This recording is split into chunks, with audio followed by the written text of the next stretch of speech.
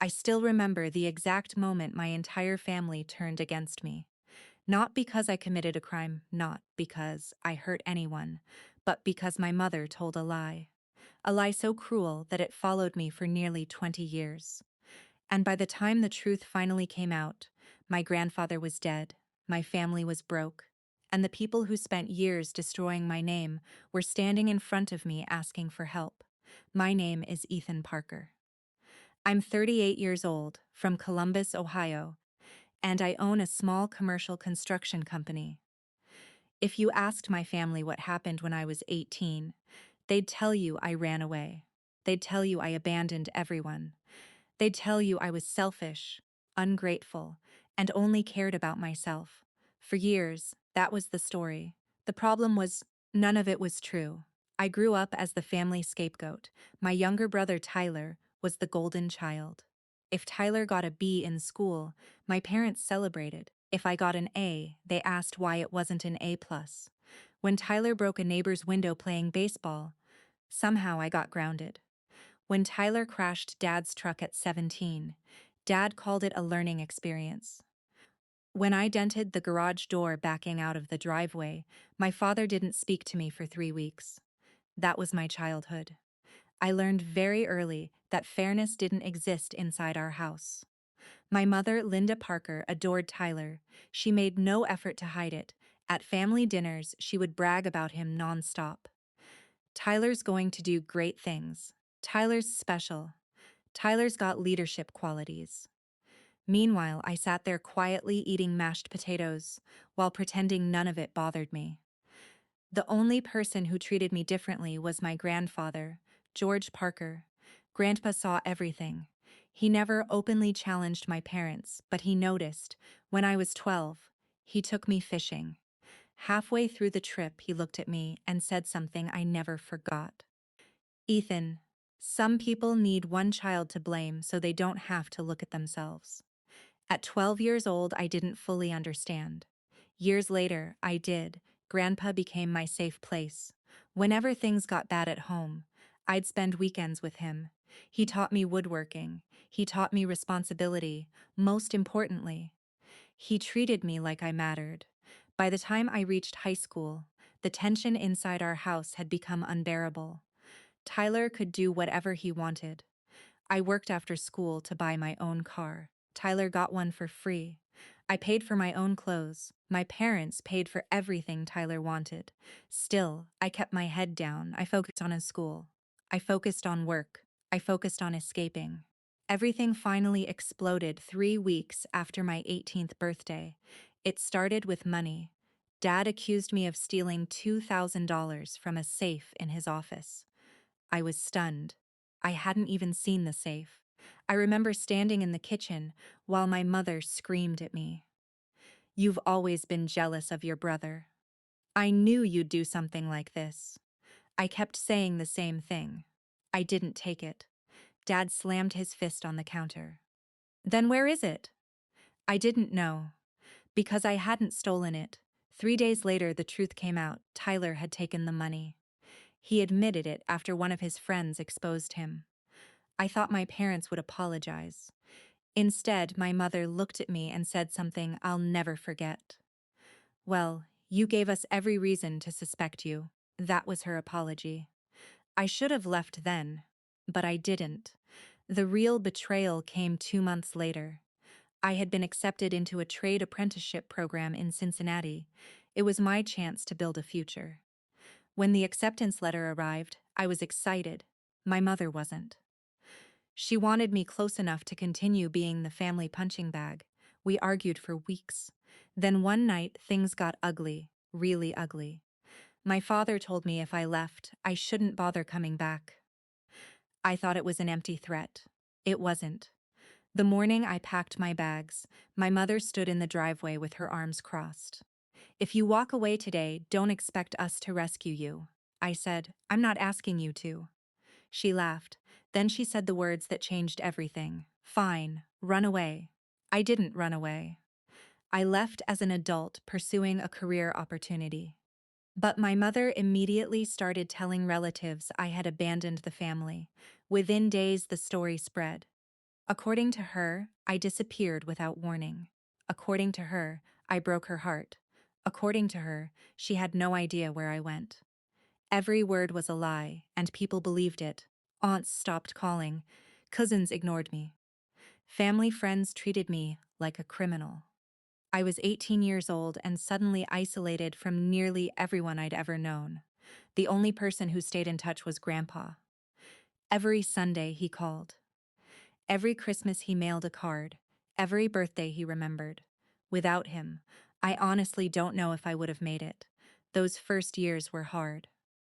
I worked construction during the day, studied at night, lived in tiny apartments, ate cheap food, saved every dollar. Slowly things improved. Then I met Sarah. Sarah was smart, kind, and patient. For the first time in my life, I experienced what a healthy family looked like. Her parents welcomed me immediately. No favoritism, no manipulation, no constant criticism, just support. It felt strange at first, almost suspicious. But eventually I realized not every family operated like mine. Sarah and I got married when I was 28. Grandpa attended. My parents didn't. Neither did Tyler, according to relatives. They still believed I had abandoned them. Or at least, they pretended to. Years passed. My business grew. Sarah and I bought a home. We had 2 children. Life wasn't perfect, but it was stable, peaceful. Then Grandpa got sick. He was 87 when doctors found cancer. The diagnosis wasn't good. I visited him every week. One afternoon, he asked me a strange question. Ethan, if something happens to me, will you promise me one thing? Anything. Don't let them rewrite history. I knew exactly who he meant. I nodded. He smiled. That was the last real conversation we ever had. Grandpa died 6 months later. The funeral was the first time I'd seen most of my family in nearly 2 decades. Walking into that church felt surreal. People stared, whispered. Some looked uncomfortable. Others looked angry. My mother acted like I was a stranger. Tyler barely acknowledged me. After the service, everyone gathered for the reading of Grandpa's will. I expected very little. Grandpa wasn't wealthy. He owned a modest house, some savings, and a few investments. I assumed everything would be divided equally. I was wrong, very wrong. The attorney opened a folder and began reading. Most assets were distributed normally. Then he reached a section nobody expected. Grandpa had written a personal statement. The attorney cleared his throat and started reading. The room went silent. Grandpa described years of favoritism, years of lies, years of mistreatment. He specifically named my parents. He described incidents nobody else knew about: the false theft accusation, the constant blame, the emotional abuse. Then came the part that changed everything. Grandpa wrote that I had not run away. He explained exactly why I left. He stated that he had remained in regular contact with me for 20 years. He stated that my parents knew where I was the entire time. Then he wrote this: "The greatest lie ever told in this family was that Ethan abandoned us. The truth is, we abandoned him first." The room froze. My mother turned pale. Tyler stared at the floor. Nobody spoke. The attorney continued. Because of that history, Grandpa left the majority of his estate to me, not because he loved me more. Because he believed I had been denied fairness my entire life. My mother exploded. "This is ridiculous." She stood up. "This isn't what he wanted." The attorney calmly replied. "It is exactly what he wanted." Then he handed out copies, signed, witnessed.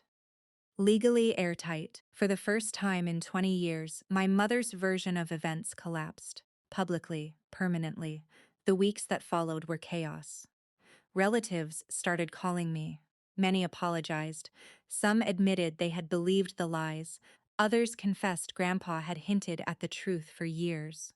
Meanwhile, Tyler's life was falling apart. The golden child hadn't aged well. He had bounced between jobs, accumulated debt, made terrible financial decisions. Then things got worse. His wife filed for divorce after discovering he had been cheating. Apparently, he had spent years living beyond his means while pretending everything was fine. The divorce exposed everything: debt loans, credit card balances, he accounts. Within a year, he was nearly bankrupt. My parents weren't much better. Dad retired with far less money than expected. Mom had spent years helping Tyler financially. Together, they burned through most of their savings. Then medical expenses arrived. Suddenly, the people who had spent decades protecting Tyler needed help themselves, and Tyler couldn't provide it because he was drowning. One afternoon, my phone rang. It was my mother. The first call she'd made in years. I almost didn't answer, but I did. Her voice sounded older, smaller. "Ethan, we need to talk." I already knew where this was heading. We met at a coffee shop. She looked exhausted. For a few minutes, she made small talk. Then she finally said it. "We need help." There it was. The moment I'd imagined 1,000 times. The people who discarded me now needed something. I asked a simple question. "Before we talk about help, do you want to tell me the truth?" She looked confused. "The truth about what?" I laughed, actually laughed, because even then she couldn't say it. "The truth about what you told everyone." Silence. Finally, she whispered, "Maybe we made mistakes. Maybe." 20 years of lies reduced to maybe. I leaned back and looked at her. For the first time in my life, I wasn't afraid. I wasn't seeking approval. I wasn't desperate for love. I simply saw her for who she was. A woman who had spent decades protecting one son by sacrificing another. I told her something she'd never heard before. "No," she blinked. "What? No, I'm not giving you money." Tears filled her eyes. "Ethan, we're family." I shook my head. Family doesn't spend 20 years lying about their child. She started crying, and for a brief moment I felt guilty. Then I remembered being 18 years old, standing in that driveway, listening to her tell me I was running away. The guilt disappeared. I did offer one thing. I offered to help them find financial counseling. I offered advice, stores, contacts. But I wasn't writing checks. I wasn't rescuing them from consequences they spent decades creating. When I stood up to leave, she asked one final question. "Do you hate me?" I thought about it carefully. Then I answered honestly, "No." And that was true. I didn't hate her. Hate requires emotional investment. What I felt was something else: acceptance. I accepted who she was. I accepted what happened. And I accepted that some relationships never become what we wish they could be. A few years have passed since then. My parents downsized their home. Tyler continues struggling with the consequences of his choices. We rarely speak. As for me, life is good. Not because I inherited money, not because I got revenge. Life is good because I stopped chasing validation from people who never intended to give it. The greatest victory wasn't seeing my family's lies exposed. The greatest victory was building a life so strong that their approval became irrelevant. Sometimes people ask whether Grandpa's letter changed everything. The answer is yes. But not in the way they think. It didn't change who my parents were. It didn't fix the past. It didn't heal every wound. What it did was reveal the truth, and sometimes the truth is enough. Grandpa gave me something far more valuable than money. He gave me confirmation that I wasn't crazy, that I wasn't selfish, that I wasn't the villain they created. For 20 years, I carried that burden. Then one afternoon, in a lawyer's office, the weight finally disappeared. If there's one lesson I've learned from all this, it's that lies can survive for years, sometimes decades, but eventually reality catches up. And when it does, the people who built their lives on deception often discover they've been standing on a foundation of sand. My mother told everyone I ran away. The truth was much simpler. I didn't run away. I walked toward a better life. And the people who tried to destroy my future ended up watching it from a distance, wondering how they lost the son they never bothered to appreciate.